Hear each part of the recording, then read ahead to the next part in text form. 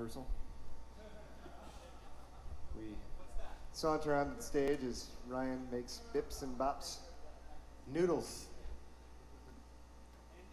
And then we're going to condense this for you today, but Chris will then come up and fiddle with things for... On time.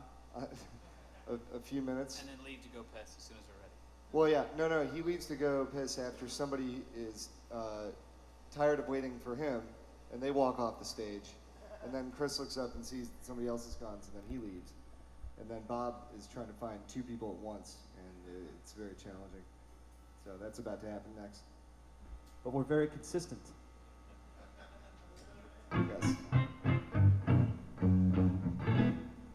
So, I guess Bob talked to a couple of you guys, and a few people were asking about how we put together a set list and how we practice that. So maybe we could go through last night's as if we were practicing for it, since you guys know what's going to happen. I've got a copy of it here. You want to take it? Just so. How's that sound?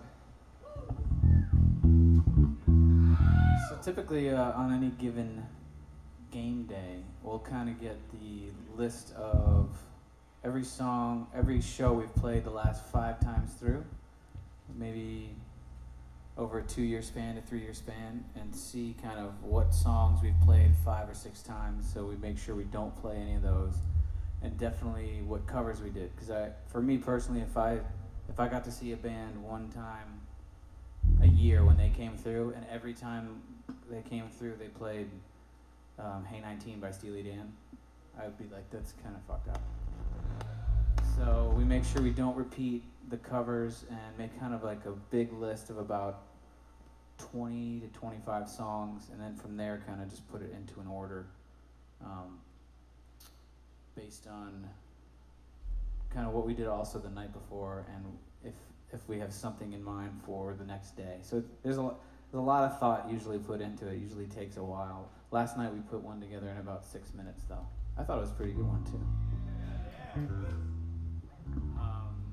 Yeah, it's funny. We try to pick more songs, I think, than usually would be able to fit in the set, just so that if if the improv things end up short or not that good, we can just go to the next song. But yeah, like last night we ended up, I think things got stretched out a little bit, so we had about four or five extra songs that we didn't get to. 1, 2, 3, 4, 5. Yeah, so that means we had a good night usually. And we had a surprise cover. How'd that happen? Jake just started playing it, yeah. Yeah, we did. Yeah, I was giving a lesson, and one of the cats was like, "Let's just jam at the end of the lesson," and I just, okay, I'll go.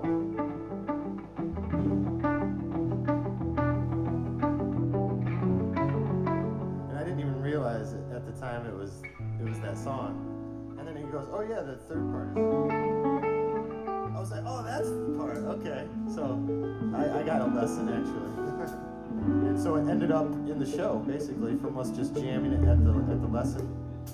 And it was a perfect time in the song to do it. I was like, "Okay, guys, stop playing, and I'll just start it." And these guys obviously knew what it was, but I didn't tell them ahead of time, and we just went into it. So it wasn't planned at all.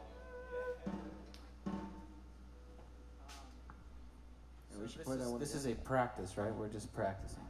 I think why don't we kind of pick up where we left off with the Crucial Taunt thing, the Wayne's World song. And if we did usually what we'll do is we'll play like the part that is hard, kind of get that, and then try and do the whole thing. So if we want to just do the first time, and just do that section.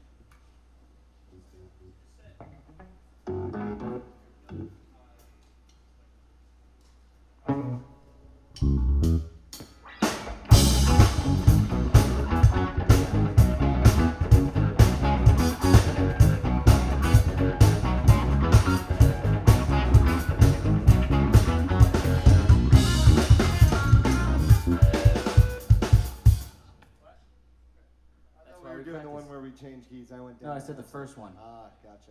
Yeah. So there you go. That's why you practice. Let's try it again.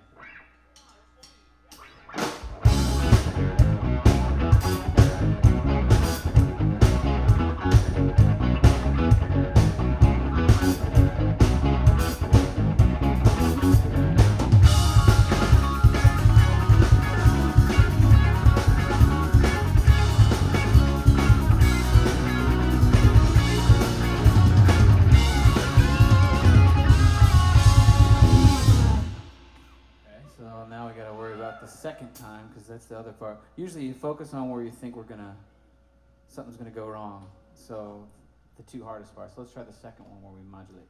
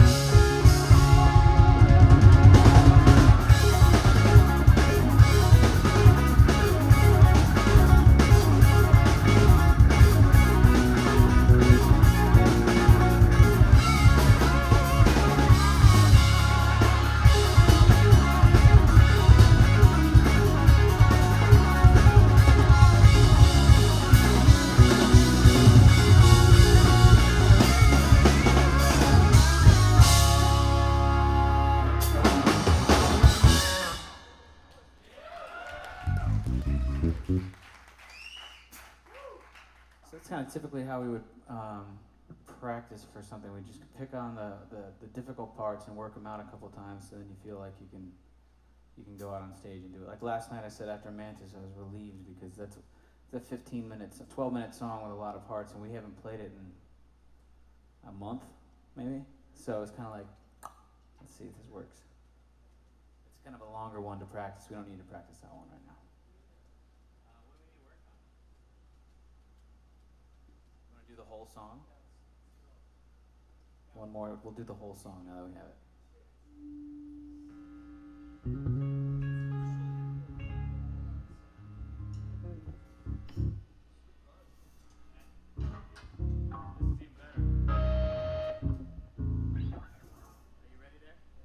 I have a little photo of a lyric sheet on my phone, so a little cheat sheet for me there. Make sure I nailed it. Oh, chump chart.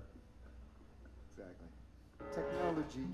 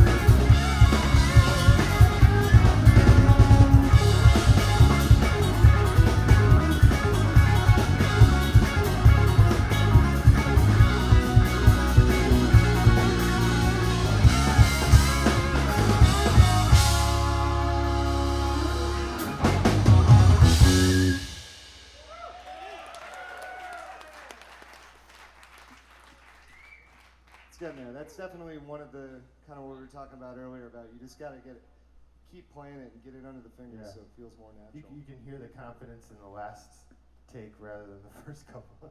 Almost, you hear it getting tighter as the six of us. The more we play, it just gets a little better, a little better. So sound checks are brutally honest sometimes. I have a good quote about sound checks. Uncle Huey Lewis told us one time, he's like, a man has an infinite amount of gigs inside him, but he has a finite amount of sound checks. There's only so many times when you can wake up, especially with that bad hangover, and you hear that snare drum.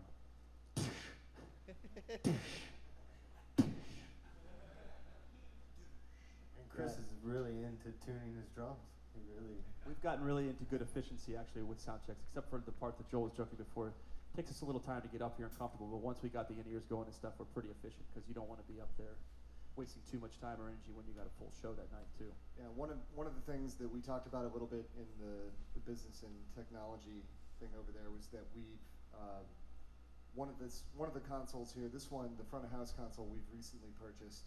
The monitor console we've had for a couple of years, but we've been renting the other one consistently. So having the same monitor console night to night with in-ears, we can basically show up and everything is where it was, and you lose that hour of time where you have to go through every single channel. I mean, we all know how tedious that can be. So that's definitely something that has helped us over the years, and it's nice that we can just show up and jump right into rehearsal. It really helps make the sound checks tolerable.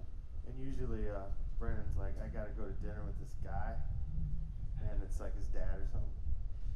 So we cut it short sometimes. If it's this guy, it's his dad. If it's this kid, it's his brother. But Bailey says this funny thing. He's like, he has a plan for the evening. He's got to go to dinner with someone, and he'll go, I got to go to dinner with a buddy of mine, and it's like his brother, and we all know who It's it like- is. it's like- You know? It's like, dude, we know who you're talking. You can just say who it is.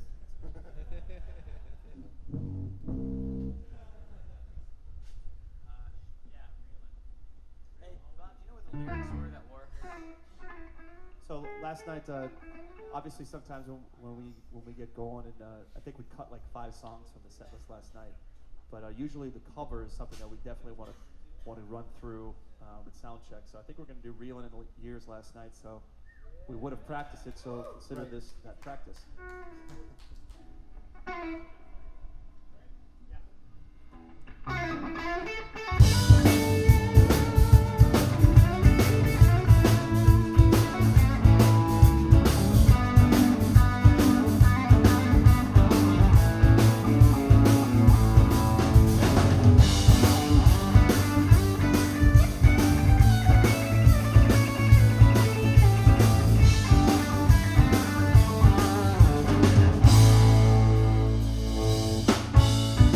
You're everlasting, someone you can see big and fast. So you grab a piece of something that you think is gonna last. Well, you wouldn't know what time and if you held it in your hand. Things you think are precious, I can't understand.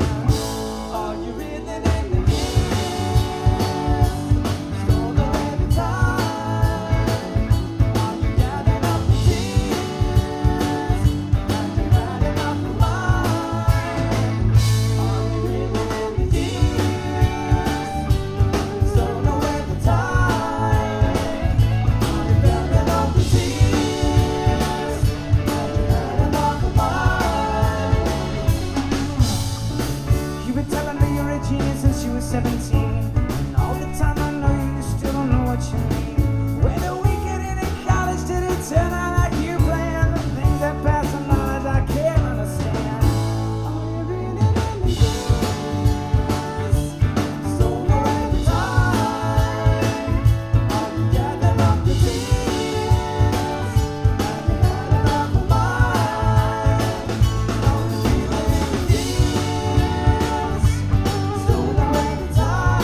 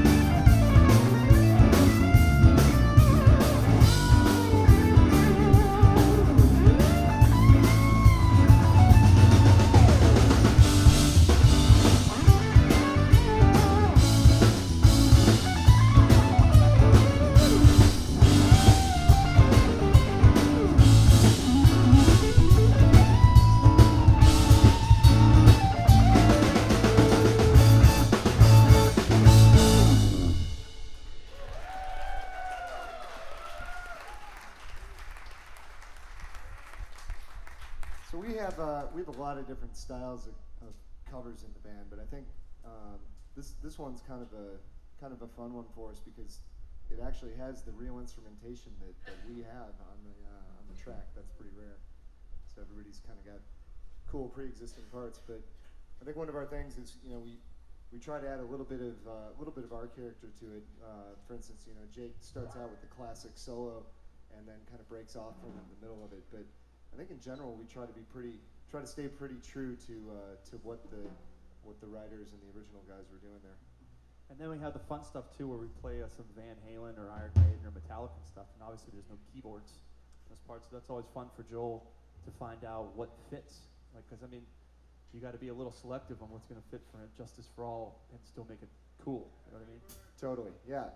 As a keyboardist, I mean, I think when you have heavier tunes like that, the nice thing about the B3 is you can get really chunky with some of the lower stuff, and that can complement a lot of those parts pretty well. Or you got the Moog, obviously, too.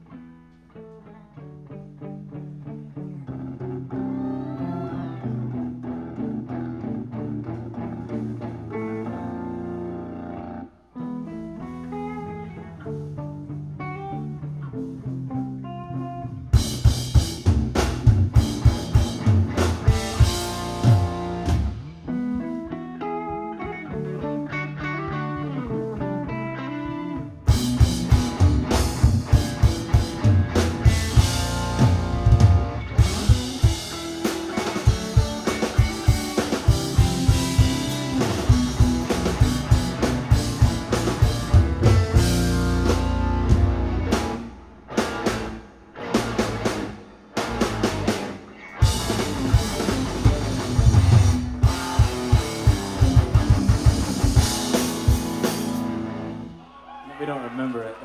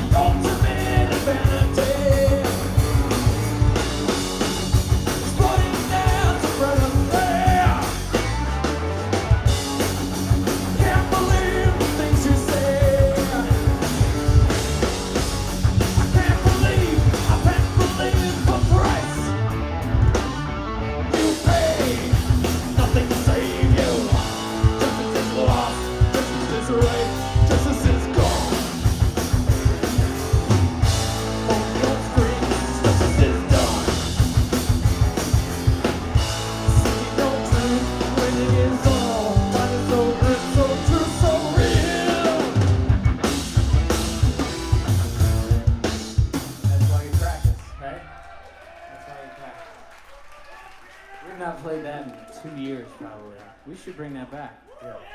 Do you guys like that? We should bring that back. Right? What's the other part? Practice. We'd have to probably. We should want to run YYZ. Is that what you're getting at?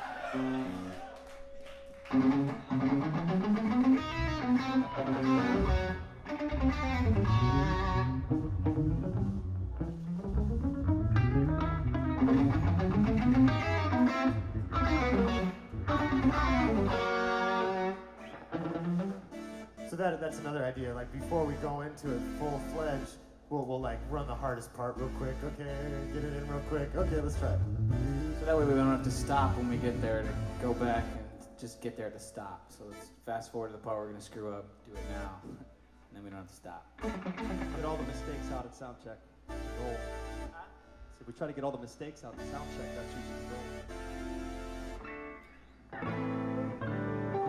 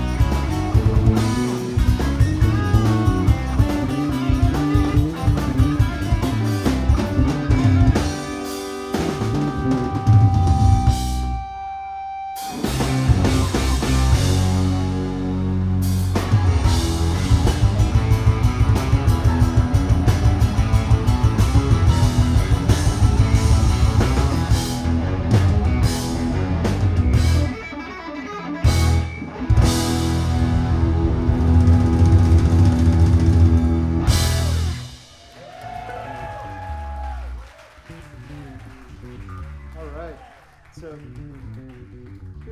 here's a funny story about this one from last time. We played this about maybe a month or two ago. Well, sometimes when we rehearse them, we do, we talked about this yesterday, the TQ version, the quick version. So we kind of, shorten solos up or cut them out entirely. So in rehearsal, kind of like we did there, there's usually a drum solo for Chris, where Neil Peart usually takes his drum solo. So, Chris skipped it, and we got to the show, and he played right through it, the fill, and in the middle of playing through the fill, he goes in the talkback, he's like, "Oh, I forgot my solo!" That was pretty great. That was funny. But that can happen sometimes. So, sometimes it's good to be efficient and not practice it the way you're going to play it, just to be efficient. And sometimes when you're doing that, it makes you think that's how you're supposed to play it. So, So one thing we also kind of tend to try and tighten up is like a vocal thing. So like, for example, the end of words, we kind of just sing just that part just to make sure we still have it. It's been a long time, but we should probably try that. And we'll do that in sound checks and practices just to kind of review, because you'll realize if you haven't done it in a while, you haven't sung it in 3 months, and then you're on stage in front of a couple thousand people, it's like, probably should have practiced that.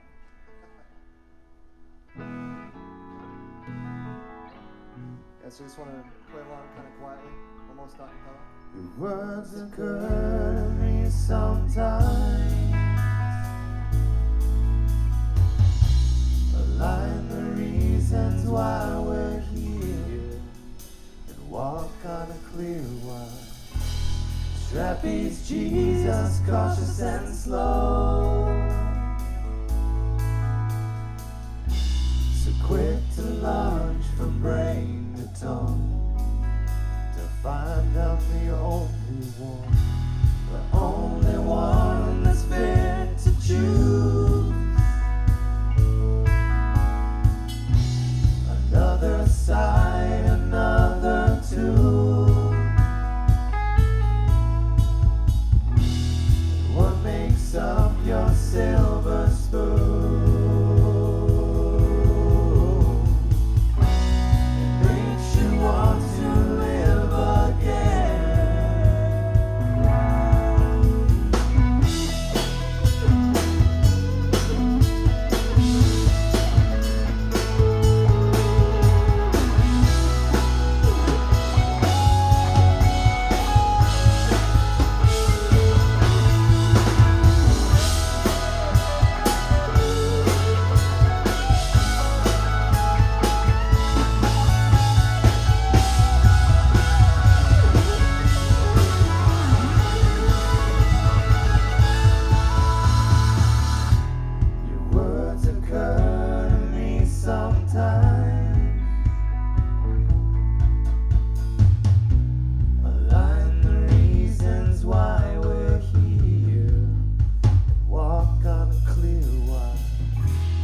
Trapeze Jesus, cautious and slow. So quick to launch from brain to tongue, to find we're the only one. It's the Axl Rose ending. The country Axl Rose. There you go. So we haven't talked about my favorite part of the set list. Segues. Spiteful right. arrows. That's right. Spiteful arrows. So whenever we have segues that are in the set list, we always try to run through those too, so we have kind of a mental memory of when we get to that point. How the hell are we doing this? We have any from last night that we're supposed to go down? No, we don't. For example, if we do Wappy Sprayberry, the end of that tends to never have an end. So we always kind of go into something. So name a song real quick. Prowler. Miss Tinkles. Okay, so let's try going from the end of Wappy. Thank you, into Miss Tinkles real quick.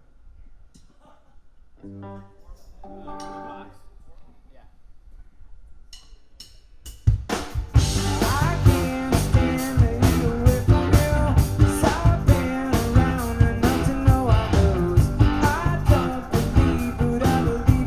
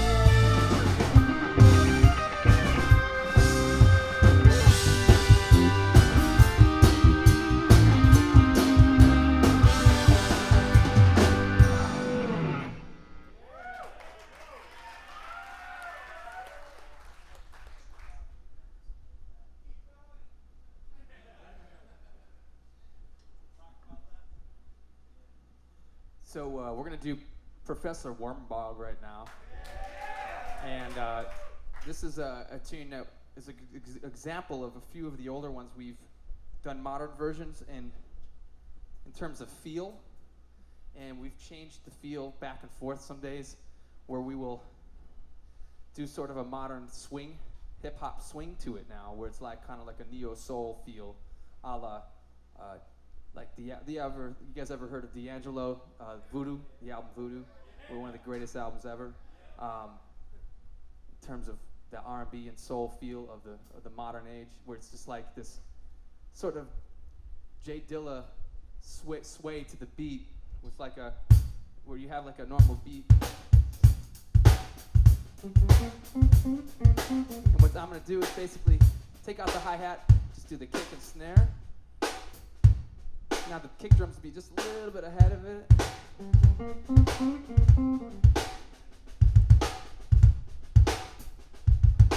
Now what I'm going to do is the hi-hat's going to go back a little bit, like.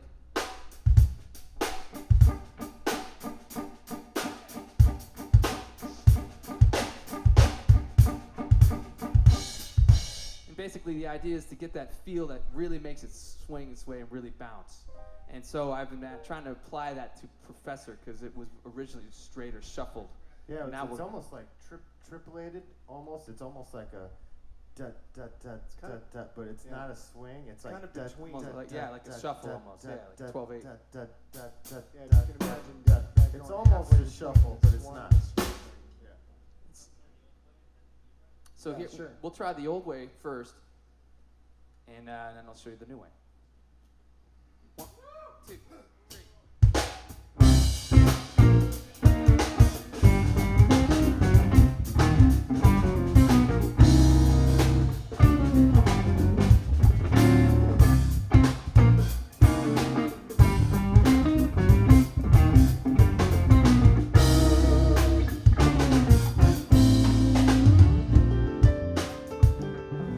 Yeah, and this is the new feel. Now let's keep going and play the whole thing after this. I know you want to, Joel. I do. You feel it in your Should we play the whole plums. thing? He can feel it in his plums. All right, here's the new. This is the new feel.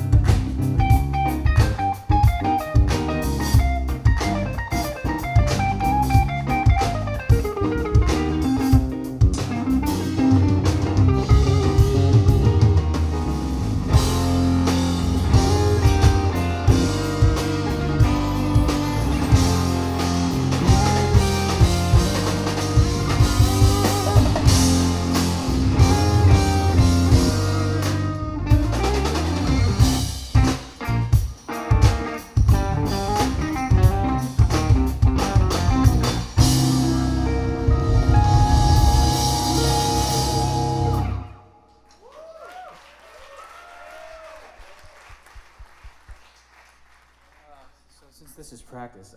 There was one thing I messed up last night that I wouldn't mind if we ran it again real quick. Is the end of "Go to Hell"? I'm always missing the 1 2 1 2 1 2 3 1 2 1 2 1 2. That's a tough spot to count. That part. That's another good example of how everybody in the band approaches counting or feeling things differently. I know for that part, whereas Chris may be playing it his way of keeping time, Brendan and I are looking at each other and we're like, all right, after you play the riff, just count to 7, and that's when the next one starts, even though other people might be keeping it in 4/4 time. So whenever we do that riff, 1 2 1 2 1 2 1 2 1 2 1 2 1 2 3, or I just go 1 2 3 4 5 6 7.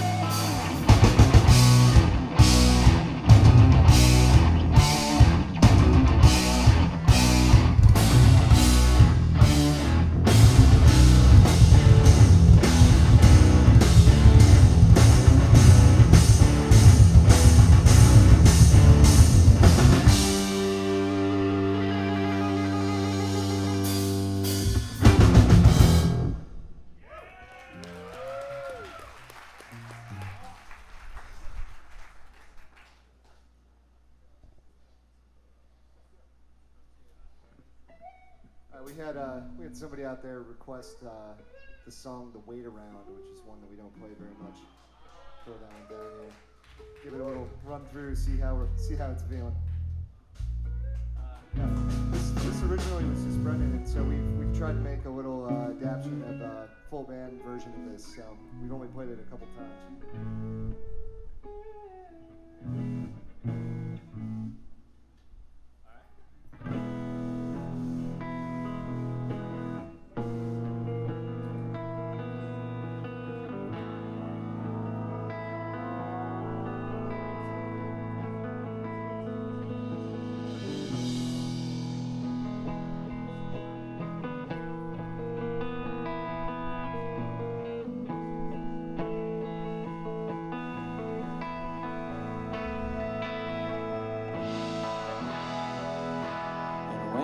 Come round looking, don't expect a thing. Joel, if you sing that low harmony, I sing the higher harmony. 'Cause nothing here is sacred with not remembering.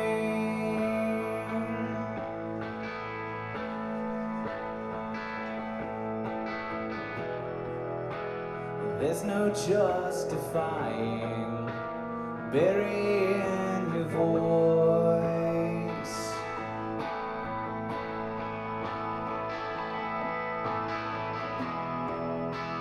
And all that I'm implying is hidden in the choice.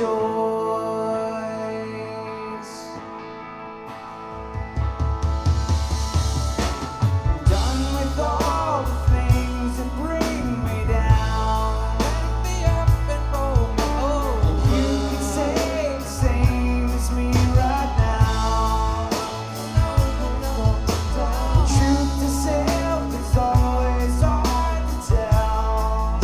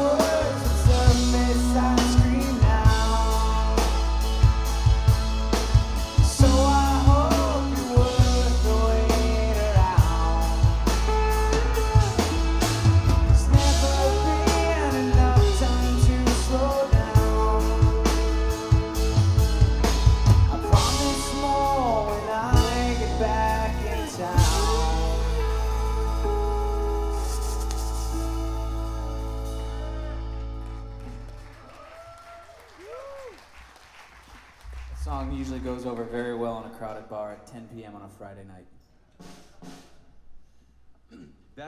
That's a good example of a song where we've done it a while and we may have forgotten the backgrounds. There's some backgrounds in the chorus, and we kind of knew it and we kind of didn't. So like when we're I actually forgot. I changed that harmony to an octave higher, but I sang it an octave lower. So. Yep. Yeah. Sometimes it's the vocal parts that are usually that can be the most tricky sometimes to emulate live, you know, because you're trying to live up to the standards of a recording. But then again, it depends on what you're doing, I guess. But we have some parts in certain songs, and we have to rehearse that. And the vocals go just as equally as instrumental parts to rehearse before a show. And we try to rehearse vocally as much as we can. We don't always do it, but we should. But we do it as much. Sometimes it just has to be felt if we don't rehearse it. Out of curiosity, how many people here are the lead singers in their band? Oh, quite a few. Nice. With 4 parts, it's a different beast in that you have to, well, you won't call it a beast, or different thing in that you have to enunciate together and articulate together long and short notes, and then some people can say the syllables or things at the beginning of a word, and then not the other people should, because you have like flammed S's or flammed T's or ending on certain, it's a good example. Yeah, I mean that's something that we try to pay attention to vocally and with the music too. I think one thing that often gets overlooked, we're all trying to be really tight on the entrances of chords, but where we're coming off, I mean, there are obviously places where you can be sloppy and you can be a little, kind of off the cuff, but there are a lot of parts in composed music where you want to make sure that you end at the same place too. So I think vocally and instrumentally, that's one thing that's important, often overlooked.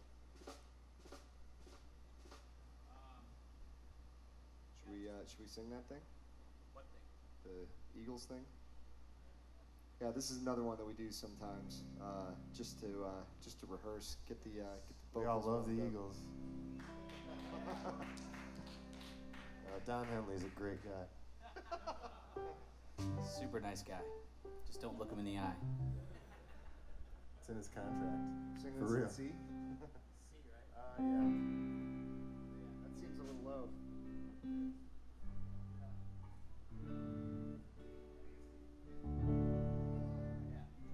What's your? It's been a while. See, this is why you practice. 1, 2, 3. There are stars in the southern sky. Now here, let's stop real quick because I don't know what my pitch is. This is why we practice. I think. Oh, you're singing my pitch. That's what's going on. So. There are stars. You want to sing that real high one?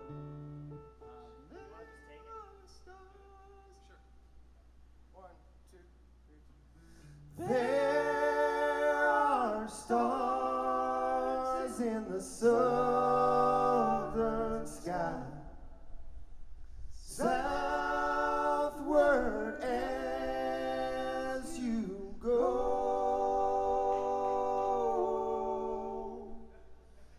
There is moonlight and moss on my balls. Down the sand and branches roll.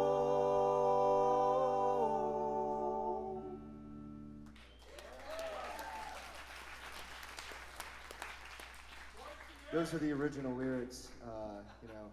Don Henley, as we were saying earlier, of course, changed them. The originals are way cooler, so we sing the original lyrics. We got a few minutes left, so maybe we can squeeze something in. What? Yeah. Or do you guys have any questions about any of this? We're talking about practice. Okay. I have a question. Do you ever have trouble Can you when speak up? do you ever have Microphone, Robbie. This would probably be. Oh, we don't. Yeah. I was wondering if you ever have Is it? I was wondering if you ever had trouble when you're practicing and you only play a certain part. Is it harder to get back into the actual song? Yes. Like we were just talking about, like the vocal thing. There's a lot of times we'll just play the hard part like say Cemetery Walk. Sometimes we'll just play like part of it in sound check, and we won't ever sing the chorus. And then it comes time to do it live, and it's like, we haven't sung through this in 6 weeks. I don't remember the lyrics. So yeah, it's dangerous to. It's probably not the best habit to practice the way we're showing you how we do it, because we're not touching on everything. Like what we did in the beginning, we play the really hard parts and then do the whole song. That's the most efficient way because you're drilling it in a couple times. Yeah. But yes, to answer your question, we've definitely skipped some of the things that we thought were easy to find out that we needed to put more time into those than the things that we thought were hard. Carl.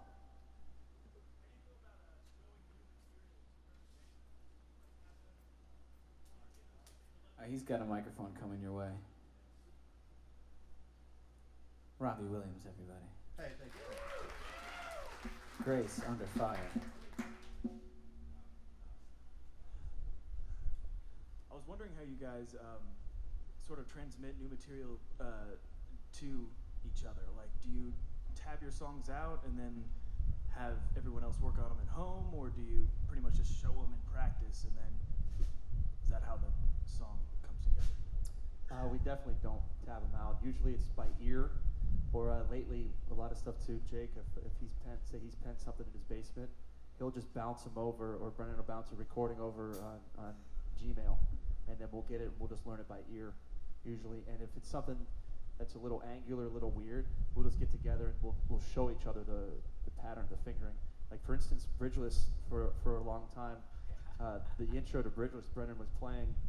I think I'm not sure how it started, but he showed me that, and I learned it in like a retardedly hard fingering to do it, and then finally I just watched him and I was watching the way he was doing it. I'm like, oh man, that is so much easier. Let's see how you were originally. Well, I was originally doing it starting on the A with my pinky, if I could play it, and then up here he was just doing the whole riff. What is it? Oh, and it's I never had to move or stretch anything, and I was stretching at least a major third up on the bass part the whole time. So it's better for us when we show each other visually than just trying to learn it by ear. But usually we learn it by ear. We don't tab anything out. Sometimes we'll write charts out, basic chord charts out, but everything is pretty much done by either visual or by ear. All right, I'm told TQ is in fact here. So you got the last question here, and then we're going to be. He's got the microphone coming your way. We want to hear your lovely voice. How do you guys decide when there's enough in a song? I mean, like, there's songs that you guys have that are like 5 minutes, and then there's songs that are like 10 minutes. How do you decide, all right, we've put enough into the song? There's a couple times Kevin records there's a lot of old songwriting sessions where I would actually put a phone down and we'd be like, once you get to a certain like 5 minute mark, 6 minutes, be like, next, meaning next song, we got it. So like, we'll kind of feel it out. In the beginning, I felt like all of our songs were naturally, Robbie Williams, everybody. I think all of our songs were naturally longer because we were playing 2 set shows and we didn't have a lot of stuff. So if we wrote a 3 minute song, it really didn't solve any of our problems. So initially we started to like if 4 minutes felt short to us, but I think now after doing it longer, you kind of just tell, like Jake was talking about earlier, like if it's redundant, it's redundant. And if you get the point across quick enough, it kind of, because we have 6 of us, we have a lot of opinions. So if everybody's voting in on it, it's usually a good sign, you know. And if a couple guys are not into it, it's usually a sign that maybe this isn't going to work, you know. Yeah, I mean, I think Mantis was the last one that was, we decided to consciously have a lot of parts in it, but we didn't really repeat anything in the song until that last, there's the F major thing that we repeat, where the guitar's going that happens twice, and that's the only thing in the whole song that happens twice. So that's also another thing that I think we kind of consciously did. Not true. The intro that he plays. The intro, yes, comes back in the middle. that's a different song, Brennan. That's called Preamble. Yeah, Not in my heart. It's the same. You know, I think it really doesn't really matter. It's up to what your style and what your discretion is, because if you're going in a studio and say you're looking to get airplay, I mean, if you have anything over 7 minutes, it's just probably not going to happen. So if that's something that's your goal, then you could see the 2 to 3 minute mark. But if your playing is, you know, a lot of Zappa tunes stretch the 7 to 12 minute mark, and they have tons of parts, and I don't ever think it's too much. So I guess it all depends on your taste and what your goal is. Are you doing a studio? Obviously, a lot of our live tunes end up being anywhere from 10 to 20 minutes. Sometimes it could be like a 4 minute tune. So I think it's really up to you. All right, well, we are out of time for this session, but thank you guys again. And we will see you again soon.